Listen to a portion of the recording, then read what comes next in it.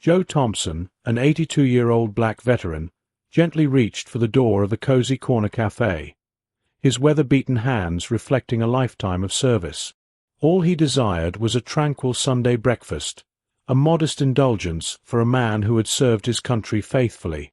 However, in Ashwood, a town where bigotry lurked under the guise of Southern charm, even a simple meal like scrambled eggs could spark a confrontation. As Joe settled into his booth, little did he know that his serene morning was on the brink of becoming a pivotal moment in his extensive and honorable life. When Frank, the cafe owner, came toward Joe with eyes filled with animosity and words tainted with discrimination, the atmosphere tensed. Unbeknownst to them both, a group of tough-looking patrons in the corner observed silently, poised to shift the balance of justice in a surprising way. But who were these enigmatic onlookers, and how would their silent vigilance catalyze change? Let's delve into this compelling narrative. Before we proceed, let us know in the comments where you're watching or listening from today, and if you find this video engaging, don't forget to hit subscribe. The picturesque town of Ashwood, bathed in the lazy Sunday sunlight, presented a serene facade with its charming storefronts and friendly locals. Yet, beneath this idyllic exterior, undercurrents of deep-seated prejudice and unspoken divisions stirred, much like countless other towns across America. On the outskirts of Ashwood, Joe, an 82-year-old black veteran, began his day. The early morning sun filtering through his window signaled a slow start. Rising from his bed, each movement groaned with the protests of age, yet carried the deliberate caution of a man accustomed to navigating a world filled with both respect and racial tension. Joe's lined face, carved with the tales of hardships endured and joyous moments cherished, mirrored a lifetime of pride and struggle. His eyes, though dimmed by age, still flickered with the fire of his youthful spirit, brimming with hope and resolve. With a routine honed by years, Joe washed his face with cold water, its chill snapping him from the remnants of sleep. Gazing into the mirror, he saw not only the man he had become but also the echoes of his past. A young soldier, upright and eager, ready to serve a nation he believed in. That reflection briefly overlapped with his current, weathered visage, a stark reminder of the dreams he once harbored and the stark realities he now faced. Despite his sacrifices, Joe was confronted with the same prejudices he had fought against, a sobering truth he tried to set aside as he prepared for the day. Dressing meticulously, he chose an outfit centered around his military jacket, adorned with medals, a testament to his valor and sacrifices. As he donned his military cap, adjusting it just so, Joe momentarily returned to his days as a fresh recruit, filled with pride and a sense of greater purpose. These memories, though distant, still resonated deeply, mingling with his current resolve. Today, Joe planned to visit a new cafe, the Cozy Corner, spurred by local praises and a closure at his regular spot. Intrigued by tales of the cafe's homely charm and delicious breakfast, he saw this change as an opportunity to explore new horizons rather than a disruption. Navigating the streets of Ashwood, Joe greeted passers-by, receiving mixed responses, a reflection of the social divides he knew all too well. Upon reaching the cozy corner, the welcoming facade and the promise of a warm, delicious meal beckoned. Stepping inside, he was enveloped by the inviting aromas of coffee and bacon, the cozy ambience adorned with local art and lively chatter setting a scene of community and warmth. A young waitress, Sarah, greeted him with a smile that reminded him of his granddaughter, easing the tension of entering a new place. Settling into a booth by the window, Joe straightened with the ingrained posture of a serviceman, his surroundings a blend of the familiar and the new. As Sarah offered coffee, Joe's gaze wandered, taking in the scene, a microcosm of community life, from laughing families to lone diners and the surprising presence of a group of bikers, adding a dynamic flair to the cafe's atmosphere. With a blend of caution and hope, Joe prepared to immerse himself in the cozy corner's offerings, a simple breakfast setting the stage for what was to unfold. Joe Thompson had seen enough of the world to recognize that humanity could sometimes surprise you in the most delightful ways. As he scanned the menu, The scent of fresh coffee and sizzling bacon tantalized his senses, igniting a hunger within him. The menu showcased a variety of hearty dishes, but Joe's attention was captured by the cafe's special: scrambled eggs with crispy bacon and golden hash browns. It sounded ideal. Sarah returned, bearing a steaming mug of coffee whose rich aroma enveloped Joe, offering a comforting embrace. "Here you go, sir," she said, setting the mug before him. "Are you ready to order, or do you need a few more minutes?" Just as Joe was about to reply, a disturbance from the kitchen drew his attention. The swing door flew open, and a man with a shiny bald head stepped out, presumably the owner, his demeanor initially welcoming as he surveyed the cafe. His eyes shifted from customer to customer, offering nods of greeting. However, as his gaze landed on Joe, the warmth vanished, replaced by a fleeting frown, a familiar and disheartening transformation to Joe. Joe's stomach sank. That look was all too familiar, the unspoken message that he didn't belong. Despite the urge to avoid potential conflict, his lifetime of resilience kept him seated. He turned to Sarah, who seemed unaware of the owner's changed expression, and confidently ordered the special, adding, "And maybe a side of toast, if that's all right." Sarah noted his order with a smile. "Excellent choice. Our scrambled eggs are the talk of the town. I'll put that in for you right away." As she departed, Joe savored a sip of his coffee, trying to concentrate on the positive aspects of his surroundings. Yet, he couldn't shake the premonition that his peaceful morning was about to be disrupted. Sure enough, after a brief and tense disappearance, the owner re-emerged from the kitchen with a stern look of determination. As he approached, the tension in the cafe palpably grew. Joe, experienced in confronting adversity, braced himself, his posture firm, ready to face whatever challenge was coming with the dignity that had seen him through decades of struggles.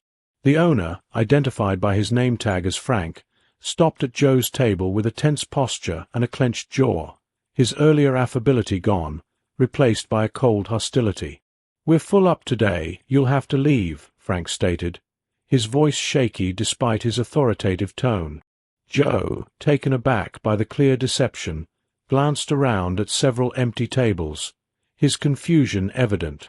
"I'm sorry," Joe responded calmly, meeting Frank's gaze with steady composure, "but there seem to be plenty of open seats." "Is there a problem?" Frank's expression hardened, his prejudice momentarily overcoming any sense of business propriety or decency. "I said we're full.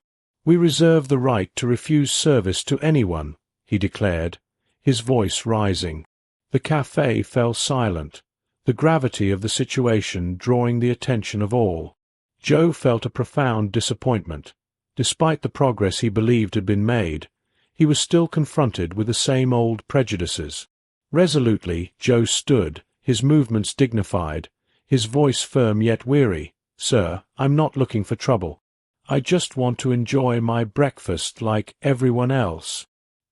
His tone carried a patient sadness, a reflection of too many similar encounters. Frank's blunt response cut through the tense air. "Your kind isn't welcome here. This is a respectable establishment."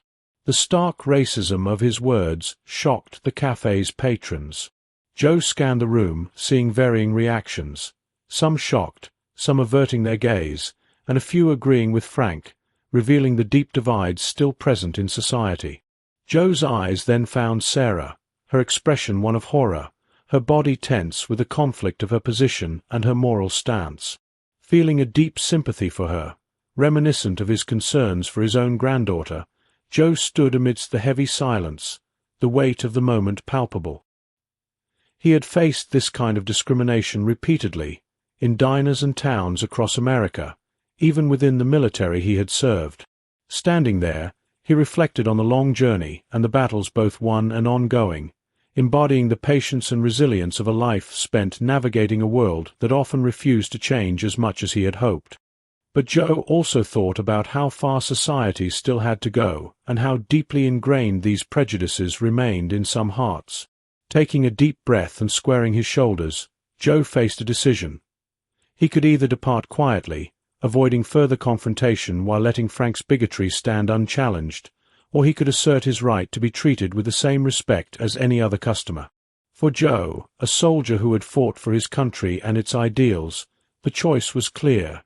He would stand his ground. The decision was made in an instant, yet it felt as if time had slowed. He would not retreat, not here, not now. He had endured worse and always stood tall. This instance would be no different. With deliberate movements, Joe reached into his pocket, his hand shaking slightly, not from fear, but from the effort to control his anger and hurt. He pulled out his worn military ID and held it up. "I've served this country for over 30 years, sir," Joe stated, his voice a blend of pride and sorrow. His words hung heavily in the air, echoing with the sacrifices and silent battles of his past. As Joe spoke, his mind wandered back to his younger days in uniform, filled with hope and resolve. He remembered his comrades, the battles they had fought, and the losses they had endured, all for a country that, in moments like these, still seemed to see him as unequal. Frank, momentarily taken aback by the revelation, tried to regain his composure, his face showing a flicker of shame before it was quickly replaced by a renewed anger. It seemed Joe's dignity only made him more determined to assert his misguided authority. "I don't care what you did," Frank retorted, his voice cracking slightly, betraying his underlying insecurity. "You're not welcome here. Get out before I call the police." The threat was a stark reminder of the power dynamics at play, deeply hurting Joe. The dismissal of his years of service, his sacrifices in war, felt like a sharp cut. He had believed he was fighting for a better future, yet here he was, still battling for the simple right to enjoy a peaceful breakfast. Joe was tempted to argue further, to make Frank and the cafe's patrons see the injustice of the situation. The soldier in him wanted to fight this battle as he had fought many before. However, a lifetime of similar encounters had taught him the futility of trying to change such deeply entrenched views. With a heavy heart, Joe turned to leave, his shoulders drooping under the weight of this latest indignity. He felt the mixed reactions of the patrons, some sympathetic, others indifferent, and a few seemingly pleased with Frank's stance. As Joe headed towards the door, reflecting on the progress made and the persistent battles ahead, a startling noise interrupted the tense silence. The scraping of chairs against the floor echoed loudly, arresting Joe's departure. He turned, his curiosity piqued, to see the group of bikers who had been silently observing from a corner now standing. Their leader, a tall man with a greying beard, walked purposefully towards Joe and Frank, his presence commanding attention. The other bikers lined up behind him, their imposing figures drawing all eyes. "Is there a problem here, gentlemen?" the biker leader asked, his voice calm yet underscored with a firm resolve, looking directly at Frank. Suddenly, Frank seemed less sure, his confidence waning under the scrutiny of an audience he had not anticipated. His voice faltered as he declared, "This is none of your business. It's between me and him," his eyes darting nervously. Joe, still by the door, was caught between leaving and witnessing how this unexpected intervention would unfold. The biker's authoritative yet calm demeanor gave Joe pause. The cafe's atmosphere shifted, filled with anticipation. What began as a simple breakfast had escalated into a poignant moment, reflecting broader societal struggles. The biker leader continued, "We couldn't help but overhear your conversation, and we have a few things to say about it." Frank tried to assert his right to choose his customers, but the biker responded, "You're right. This is your establishment. But rights come with responsibilities, and one of those is to treat all people with respect and dignity." As he spoke, the biker pulled a military ID from his leather jacket, echoing Joe's earlier action. "Many of us here are veterans too," he explained, his voice deepening with emotion. We've served with people of all races, creeds, and backgrounds. We've bled together, fought together, and mourned together." The café filled with murmurs as his words resonated. One by one, other bikers stepped forward, displaying their military IDs or tattoos, standing proudly yet angered by the injustice they witnessed. The biker leader then turned to Frank, his tone steady yet compelling.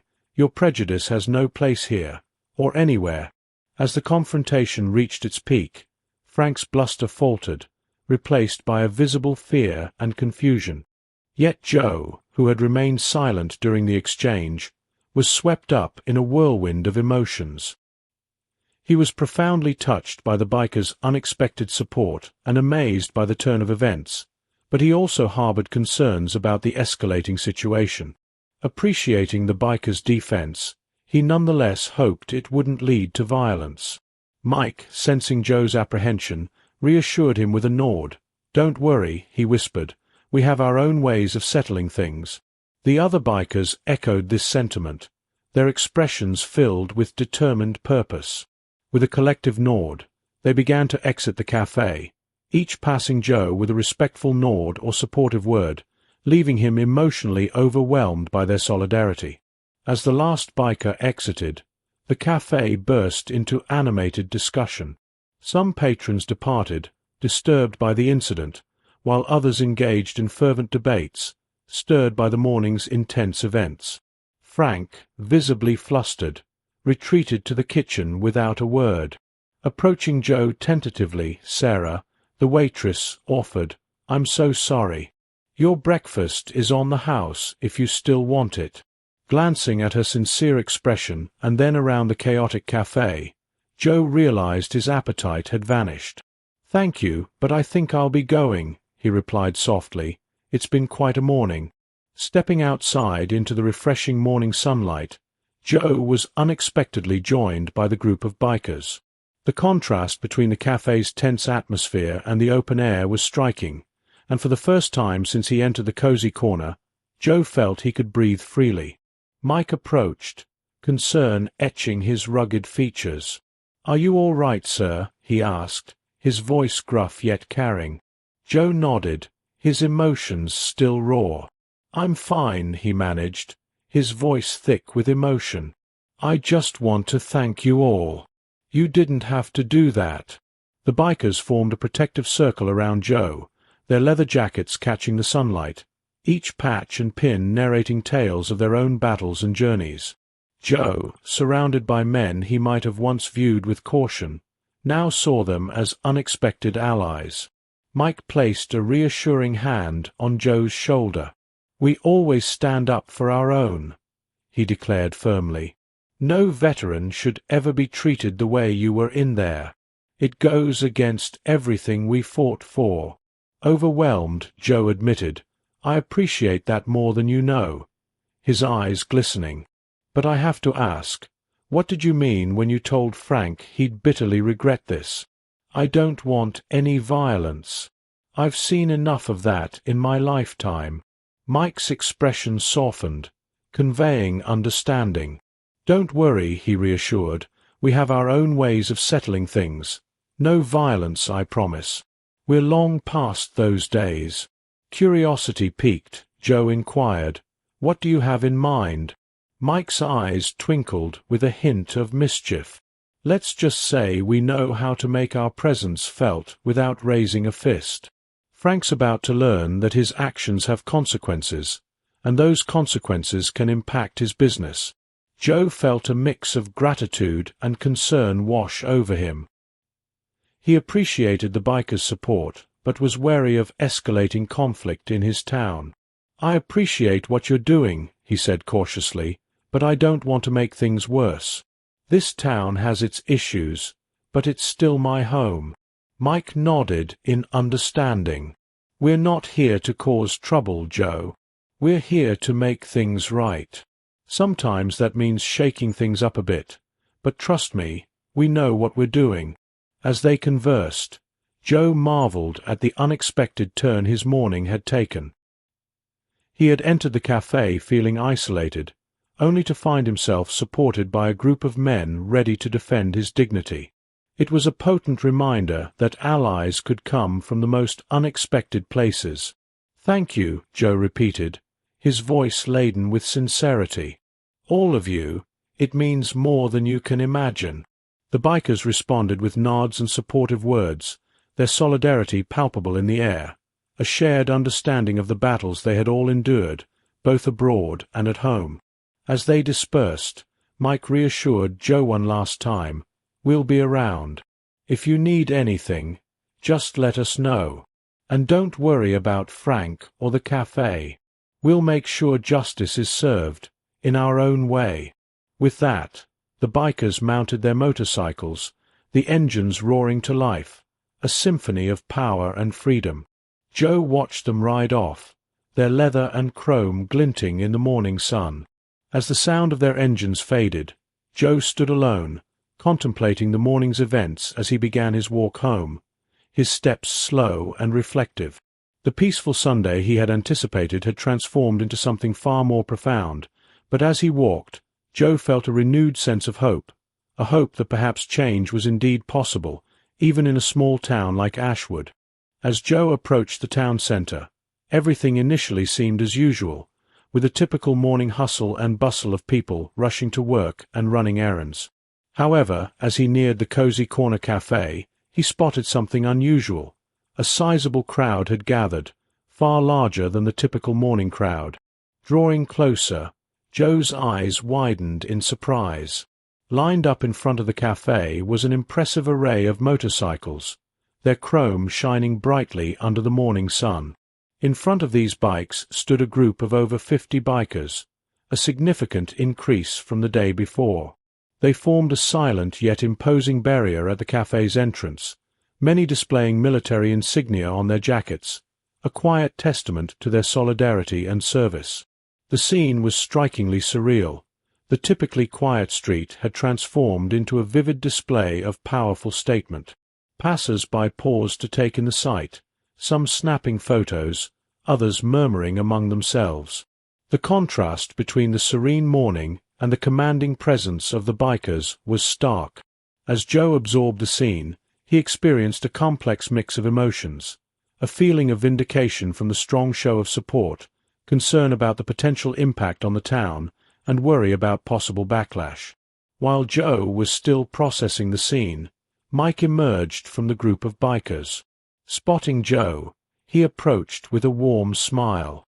"Good morning, Joe," Mike called out, his voice carrying a note of satisfaction. "Quite a sight, isn't it?" Joe, still somewhat speechless, nodded. "I didn't expect this," he admitted, when Mike mentioned they had their own ways of making a statement. Mike chuckled, his laugh deep and rumbling. "We bikers know a thing or two about making statements. We take care of our own. What happened to you yesterday, that's not just your fight. It's ours too." As they spoke, Frank appeared at the cafe entrance, his face a mask of fury and disbelief. "What is this?" he sputtered, looking around frantically. "You can't do this. I'll call the police." Mike faced Frank calmly but resolutely. "Go ahead," he said evenly. "We're not breaking any laws. We're just a group of veterans who decided to visit a local cafe." Frank's complexion reddened further, and he stormed back inside, slamming the door. Joe watched as Frank frantically dialed on his phone. "He's calling the police," Joe noted, a hint of worry in his voice. Mike nodded, undisturbed. "Let him. We're not doing anything illegal. We're just making a point." Soon after, police sirens wailed, and 2 patrol cars arrived. The officers, appearing both confused and cautious, assessed the scene. The lead officer, a middle-aged man with graying temples, approached Mike. "What's going on here?" he inquired, professionally yet cautiously. Mike stepped forward, respectful but firm. "Good morning, officer. We're a group of veterans here to peacefully protest and show support for our fellow veteran." He gestured towards Joe. The officer, recognizing Joe, nodded in acknowledgement. "Mr. Thompson, is this true? Were you discriminated against here?" Joe stepped forward, aware of the gravity of his words. "Yes, officer. Yesterday, I was refused service and told to leave, solely because of the color of my skin." A silence enveloped the crowd as Joe spoke, his words resonating with those around him, evoking reactions of shock, anger, and in some cases, uncomfortable recognition. The officer then turned back to Mike. "And this demonstration is your response?" "Yes, sir," Mike confirmed. "We're here peacefully. We're not blocking the sidewalk or preventing anyone from entering. We're simply making our presence known." The officer considered this, then nodded. "As long as you remain peaceful and don't obstruct business or pedestrian traffic, you're within your rights to be here." As the officer was leaving, Frank burst out of the cafe once more, incredulous.